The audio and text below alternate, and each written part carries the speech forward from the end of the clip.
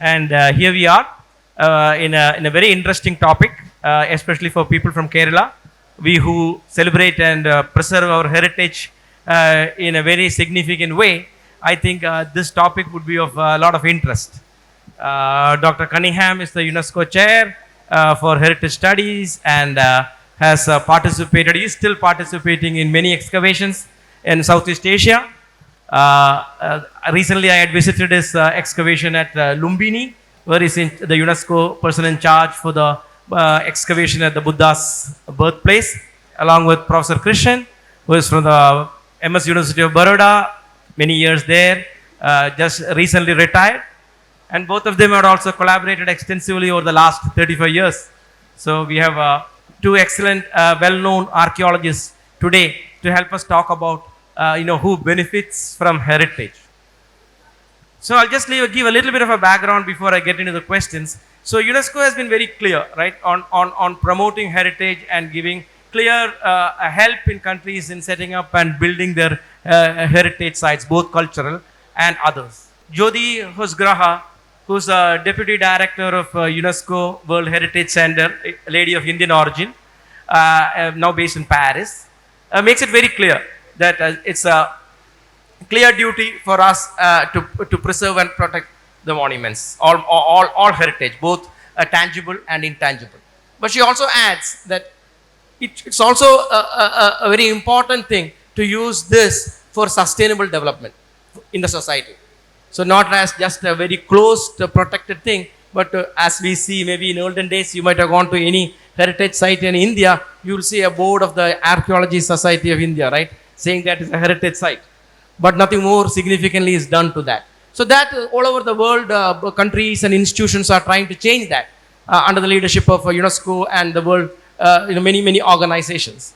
And millions of dollars are being pumped into both by governments, UNESCO, and other organizations in trying to protect, preserve, and use them for sustainable development, right? So that comes to the question, right?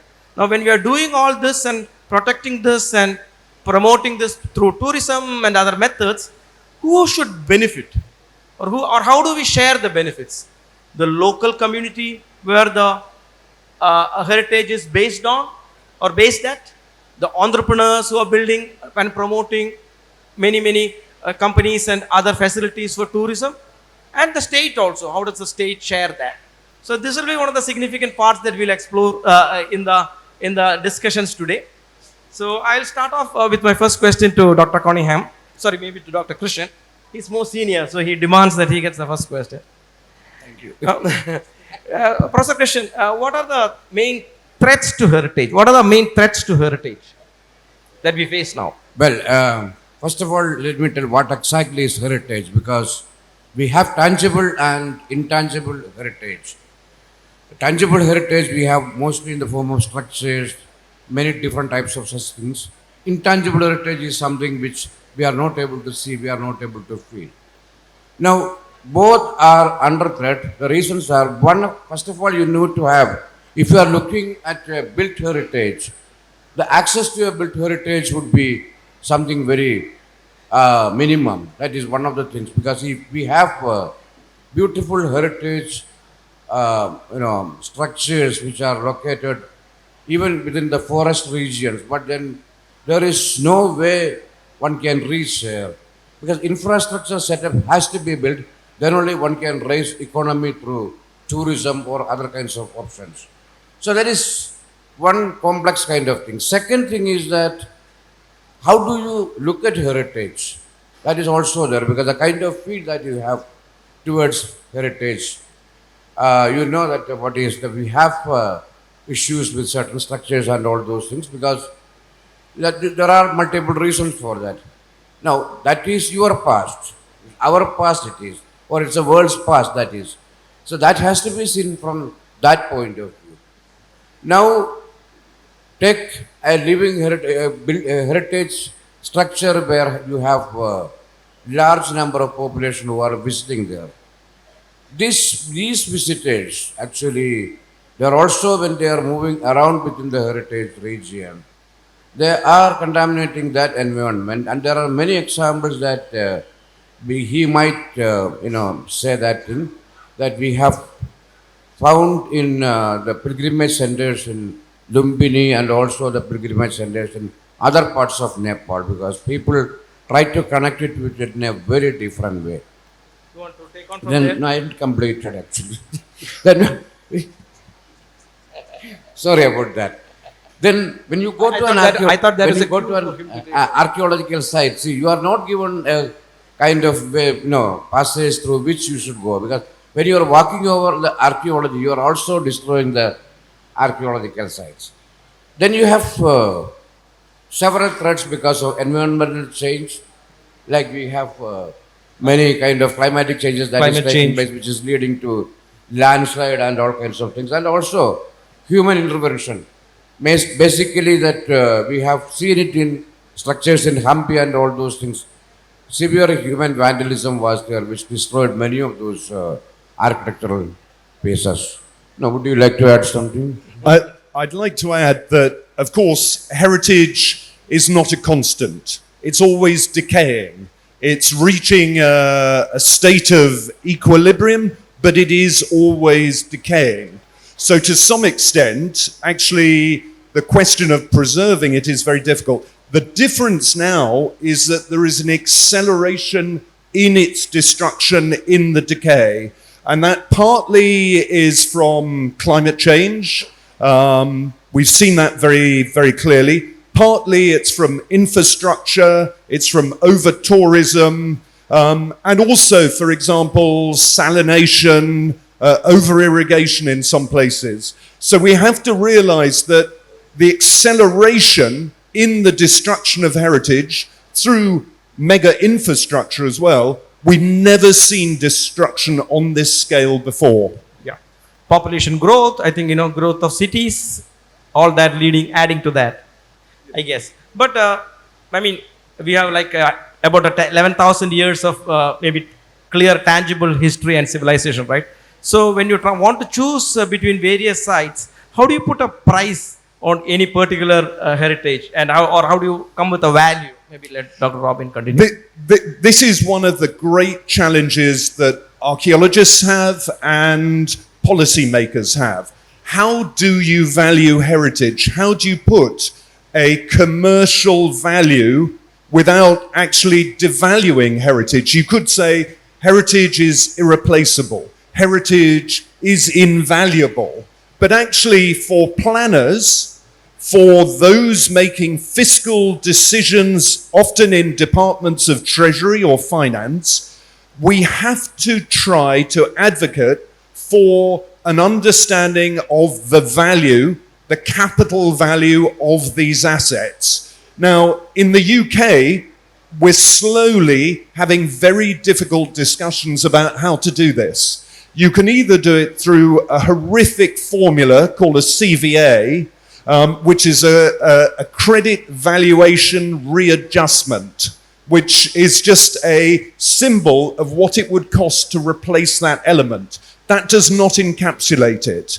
One of the ways that we found it's possible to drive this is mapping heritage against its contributions to the Sustainable Development Goals. That is a key way that we can demonstrate that actually heritage we may think of as a luxury, but it can contribute to the Sustainable Development Goals. Great. Do you want to add anything to that? I can go to the next question. Okay. But so we talk about the benefits. So how much really do local communities in each of these sites benefit? Actually, it's a bit difficult question to answer, because first of all, the local community has to have some kind of understanding of the past and also about the details of this heritage building. No, let me take it into a different level. Actually, whenever we are going for excavations and all, a part of the site is preserved. That is the place where we are excavating.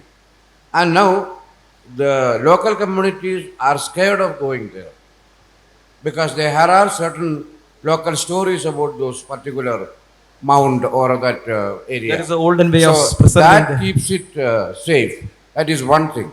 Second thing, there are structures which are some maybe a mosque, maybe a temple, which is dating back to something around 15th, 16th centuries and all those things. People do not are not aware of the historical importance or the architectural importance or anything of that sort. They are only concerned about the religious importance of it. But do you include them in the decision making? Or you, I mean, the government, and do you include them in the decision making? Yes, local I'm coming to that actually. So first of all, people need to be trained. That is capacity building that we say. We need to have some people from the local people who need to be trained about it, and they have to be told that there are thousands of benefits that one can get from here, especially if they are in a position to take care of the monuments, and also if they can act as the guides to tourists and as well as the people coming there. They can also generate some kind of economy from that source.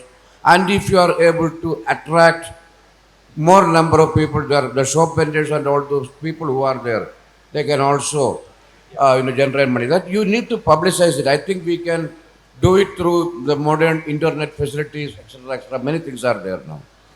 Dr. Robin, how's your experience in various countries that you have been involved in? I think it's generally very clear globally, few local communities benefit from the heritage on their doorstep. And partly that's because heritage protection has always seen local communities as endangering the site. Therefore, frequently, archaeologists, I am an archaeologist, Professor Krishnan is, so we're guilty, archaeologists see building a fence, separating local communities from that heritage is part of the solution. Now, I would say, as a discipline, we could look at the relationship with game reserves and also with forest reserves. For example, in Nepal, over the last 20, 30 years, there's been increasing investment in community custodianship of resources, where the community is engaged with how those resources are developed, what benefits for those resources are given. And actually, nowadays, you see very few fences around game parks. You see communities with homestays, communities with guides, communities celebrating their relationship with plants and animals. In a way, we should be learning from that case study. We should be celebrating with local communities, local schools, and local decisions makers to ensure that the shares of benefits are local as well as on a national scale. But as Dr. Krishnan was saying, there are both tangible monuments, like you mentioned, but there are many intangible cultural heritage. So how do you handle those situations? I mean, this is a failing, and we have two professors here. This is a failing partly of our own education systems, because we have traditionally kept archaeology and heritage separate. We have different UNESCO conventions, the 1972 for tangible, whether it's natural or cultural, and then we have the 2003 for intangible. We have different laws, we have different institutions, we have different organizations, and we teach it separately. One of the lessons we learned from reacting to heritage protection in Kathmandu after the earthquake is actually the two are intertwined. What can be a structure which is a communal bond one day, after the earthquake was a lump of rubble, but still the local community and their intangible values connected to that locality was the driving force for resilience after the disaster and for rebuilding. So we need to change the way we think, the way we legislate, and the way we celebrate as well. Thank you. So, Professor Krishnan, we have, like, if you take India or Kerala, we have like thousands of sites potentially that can be preserved, right? But so how do we choose? About the preservation part. Yeah, no, which ones? Yeah, it's a very difficult question to answer. Actually, if you look at the location of these heritage structures, like for example, Puri temple. or the Konark temple, they are located on the sea coast, and the kind of deterioration that they undergo. Of course, Archaeological Survey of India is trying to conserve and preserve them. That is, from the archaeologist's point of view, they are doing it. But that the amount of pilgrims who are going there and also getting into it, it is much, much higher than the carrying capacity of the monument itself. Yeah, but that can even be seen as a positive thing. I'm talking about the places where nobody goes. Like, for example, you help me go to Dholavira, right? Yes, You go to and Dholavira. there, see, technically speaking, there are conservation measures taken by the government of India and by all the state governments, but then it takes time to implement it. And then certain places are deserted. Actually, for example, certain areas of Dholavira is not visited by the archaeologist who is there. It's impossible, humanly impossible, because the area is so huge. And such places there can be some kind of, you cannot every day supervise it. That is one thing. Second thing, Champanir, one of those major monuments of Muhammad Begda, which is located very close to, Baroda. There is vegetation growth taking place in certain parts of because some parts of the monument is within the reserve forest, and you cannot do anything there because the forest department will not do anything. And also, the people do not have like public facilities there. So because of that, also the monuments get very badly used. I think basically limited resources that we infrastructural constraints. I think you can. To add to Professor Krishnan's explanation, it's quite clear we cannot preserve every single site. There is not the capacity, there's not the budget, nor the maintenance of sites afterwards. So we have to be aware that actually some heritage will be lost. Currently, we tend to protect the monumental, the exceptional, and indeed, my own university, we have a UNESCO World Heritage Site we're very proud of. But we also need to preserve and protect the representative. Otherwise, we're left with a very distorted sense of the past and of history. Now, within infrastructure projects within the UK, we actually will target preservation where they are putting in infrastructure. And also, we have a very clear legislation that means polluter pays. Those who are funding the infrastructure, part of their budget actually goes towards engagement with the community and also recording an excavation.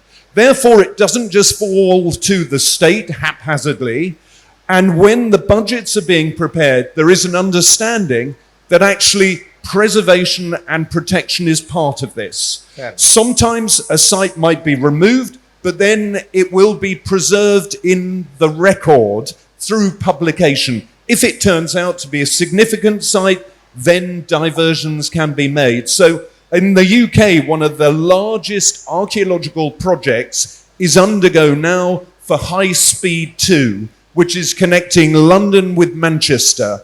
That integrates into it a massive amount of heritage recording in advance. That's a very simple system. We do it for environmental impact. Why within South Asia? Why not for heritage impact within South Asia as well? Yeah, actually, I just want to add one more thing. See, how do we get distance from these monuments? That is also something to be debated on. We have certain rules by the government. Now suppose there is a structure which is declared as a monument, and you cannot do any kind of construction or repairing within 100 meters boundary of that monument. That is one.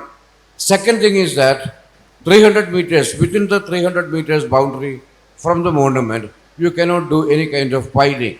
So these generally create a lot of issues. Actually, we had to bring out certain solutions when the roof of a school was collapsing in Gujarat, and that was coming within the protected monument, and the government, as per the government rule, if a permission is granted for repairing it, the superintending archaeologist of the archaeological survey, who is in charge of it, Yep. he would go to jail without bail. But now That I is- think that there are so many new technologies coming up, right? No, you cannot. When the No, I didn't mean just for the building, but generally to understand this more and no, that is different. This is structures within it, old structures within. It's a school. If the roof collapses on the children, what will happen? That is it. So that rule has been changed. Oh, it's still being used, you say? The stool, or that rule had to be changed then. So that is one of the things which distances people from the monument. Actually, they lose that infatuation, or they lose that love for that particular monument. Yeah. So you want to add on any of the new technologies that are helping you guys? Yes, absolutely. One of the traits of an archaeologist is that we always borrow from others, whether it's theory, methodology, but also technology. And increasingly, archaeology is becoming a science, and there's now this sub-discipline of heritage science. Whether it's ancient DNA or other scientific laboratory techniques, but in particular in the field, there's a new technique called geophysics, which means that we use magnetometry, which means we can actually survey underneath the ground without excavating. This is a revolutionary approach. We can use it to look underneath stone paving using ground-penetrating radar, which we've been using in Kathmandu, also in Jaffna in Sri Lanka. We've also been using it for recording entire cities without excavating using magnetometry in Nepal. These methods are a way of making decisions for archaeologists, because then you can pick up buildings without excavating below the ground, and then you can select your questions and also prepare your budget for it in advance. These methods are now much available, but as yet they've barely been used within South Asia. So, of all these efforts, what do we really learn from the past, studying so much about the past? I've always looked at the past from being a student about information, data, understanding sequences, understanding how ancient people lived. More recently, I've become aware that as archaeologists, we also have a meaningful relationship of learning lessons, identifying the lessons from the past for the future. We are in a period of unrest, of challenge through climate change, of making larger and larger irreversible investment in infrastructure. Frequently, we want to test technology to its main. For example, in Sri Lanka, there was a belief the larger a reservoir, the more efficient it was. So the government of Sri Lanka took out a massive loan, £50 million from the UK Treasury, building Victoria Dam, named after Queen Empress Victoria, and it was to be a massive dam for hydro. What they didn't realize was that the water feeding into it meant the levels were always low, the income generation from hydro's been low, it's increased malaria, it also unsettled 30,000 people, many of whom have not been resettled, and also it drowned productive rice paddy land. So in terms of its economic benefits, those economists who first planned it thought bigger, modern technology is better. We can see from the past that sometimes sustainable development and adaptation is far more efficient and effective, delivered at a community level with as many beneficiaries as the mega infrastructure. So as archaeologists, we have a responsibility to learn from the past and to persuade policymakers that actually they can alter their plans for the future. Thank you. Professor Krishnan, do you want to add anything to that? No, I think he has already everything. explained the archaeologist point of view. So he has included me in that. No, you can. Great. So, Next question you can ask. I think we are running out of time. So I will just open it up to the audience. If you have any questions to ask. Who benefits from heritage, or what is the benefits of heritage? I think all of our excavations or mining has one direction. It is not academic but political. What is your opinion? Can you repeat the question? Could you repeat the last part? What? Our excavations or the benefits of heritage is, I think it is political. We are excavating all mosque, under the mosque for, Yeah, I think he says most of the excavations that you guys end up doing are driven by politics, other political considerations. Maybe digging under a mosque. Can I answer that question? Actually, the excavations are done by us to answer the research questions. And both of us, we don't belong to the government service. I worked in a university and he also works in a university. And ours is academic interest. It is not political interest. Thank you for that question. Hi. So I think UK has like pretty strict policies when it comes to preserving heritage, and that's a great thing. And I think that should also be there in India. But one thing is, I've read articles where, let's say, someone's doing something on their land, like building a house. So if they see certain things in the foundations, and they let governmental organizations know about it, sometimes because of, I guess, there's only so much money and effort that can go around. So the land gets stuck in a position where nothing happens. There's no excavations, but at the same time, you can't really build anything on it. So for the owners of such property, that's a huge issue. So what can really be done there? Thank you for the question.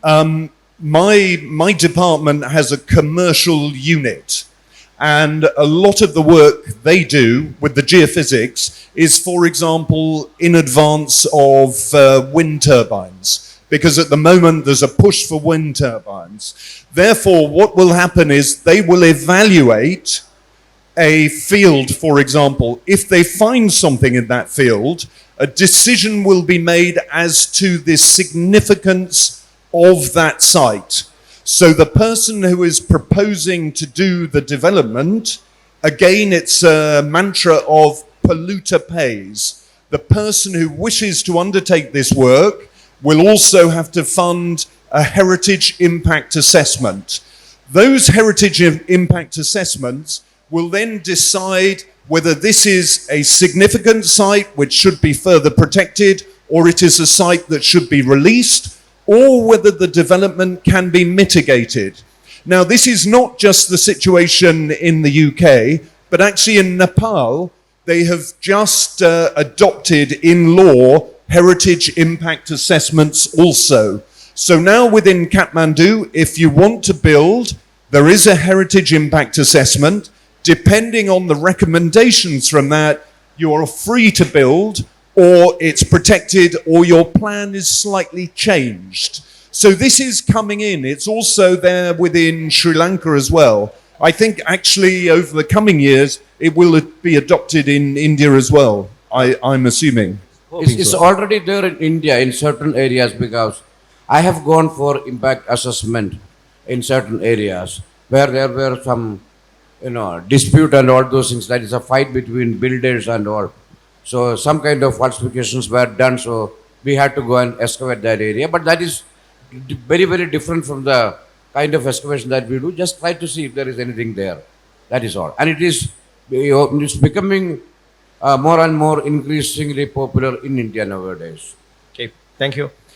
Anybody else, or we can wind it up? Maybe I'll ask a last question, Robin. You have been in so many parts of the world and seeing many countries doing this, protecting their heritage and also using the benefits for sustainable development.